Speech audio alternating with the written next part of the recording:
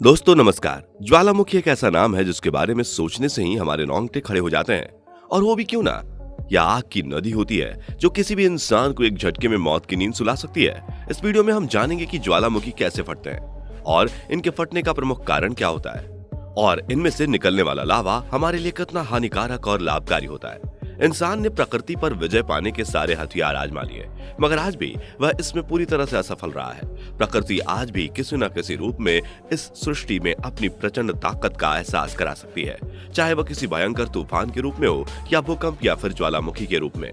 इतिहास गवाह है कि इस पृथ्वी पर ज्वालामुखी ने कई सभ्यताओं को पूरी तरह से नष्ट कर दिया। इस पृथ्वी पर जितने भी ज्वालामुखी मौजूद हैं, उनमें से ज्यादातर 10,000 से 1,00,000 साल पुराने हैं। वक्त के साथ साथ इनकी ऊंचाई और भी बढ़ जाती है। सिंपल भाषा में कहें तो ज्वालामुखी एक पहाड़ होता है जिसके नीचे पिघले लावा का तालाब होता है। पृथ्वी के नीचे ऊर्जा यानी कि जियोथर्मल एनर्जी से पत्थर पिघलते हैं और पिघले हुए पत्थर और गैस पृथ्वी की कमजोर सतह पर दबाव बनाते हैं।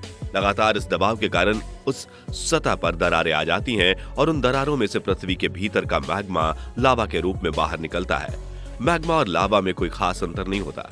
ज्वालामुखी के नीचे पिघले हुए पत्थरों और गैसों को मैग्मा कहते हैं। ज्वालामुखी के फटने के बाद जब यह निकलता है तो इसे लावा कहते हैं। ज्वालामुखी के फटने से गैस और पत्थर ऊपर की ओर निकलते हैं। इसके फटने से लावा तो बहता ही है, साथ ही गर्म राख भी हवा के साथ बहने लगती है। जमीन के नीचे हलचल मचने से भूस्खलन और बाढ़ भी आती है। ज्वालामुखी से निकलने वाली चीजों में मैग्मा के साथ कई तरह की विषैली गैसें भी होती हैं। ये गैसें आसपास बसे लोगों के लिए काफी घातक होती है। इन पर्वतों से निकलता हुआ मैग्मा एक बहती हुई आग की नदी के जैसा होता है। यह अपने सामने आई हर एक चीज को पूरी तरह से बर्बाद कर देता है। दोस्तों, आप कल्पना कर सकते हैं कि ज्वालामुखी से निकलने वाला लावा 1000 सेल्सियस तापमान का होता है। अगर गलती से भी कोई इंसान उसमें गिर जाए तो उसका बचना कुदरत का 8वां अजूबा ही होगा। ऐसा ही कोई अजूबा अमेरिका के किलाइवाद ज्वालामुखी में हुआ था। यह बात साल 2019 की है, आइलैंड ऑफ हवाई की। यूं तो इस ज्वालामुखी में छोटे छोटे विस्फोट होते रहते हैं, लेकिन साल 2019 में इसमें काफी बड़ा विस्फोट हुआ। विशेषज्ञों की माने तो इस ज्वालामुखी से निकलने वाली लपटें आसमान में 150 फीट की ऊंचाई तक को छू रही थी। यह विस्फोट इतना ज्यादा खतरनाक था कि दूर दूर तक सड़कों में दरार पड़ गई थी। इस खतरनाक ज्वालामुखी को पास से देखने के लिए वहां तैनात एक फौजी इसके मुहाने के पास पहुंच गया। तभी अचानक से उसका पैर फिसलने की वजह से ज्वालामुखी में 70 फीट तक नीचे गिर गया। खौलते हुए लावे के अंदर भी वह जिंदा रहा। अंत में उसे रेस्क्यू टीम द्वारा निकाला गया, पर उसके शरीर में कई सारे घाव हो गए थे, जो कि आम बात है। लेकिन उसका मौत को छूकर वापस आ जाना दुनिया के किसी अजूबे से कम नहीं था। और हर किसी की किस्मत इतनी अच्छी नहीं होती। खौलते हुए लावा की नदी में गिरने से कुछ ही सेकंड्स में आपकी मौत हो जाती है।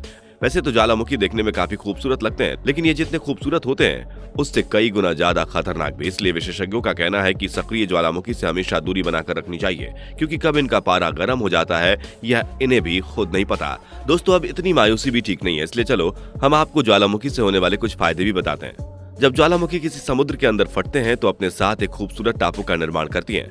आज आप जितने भी पर्वत और पठार देख रहे हैं, यह सभी ज्वालामुखी की ही देन है।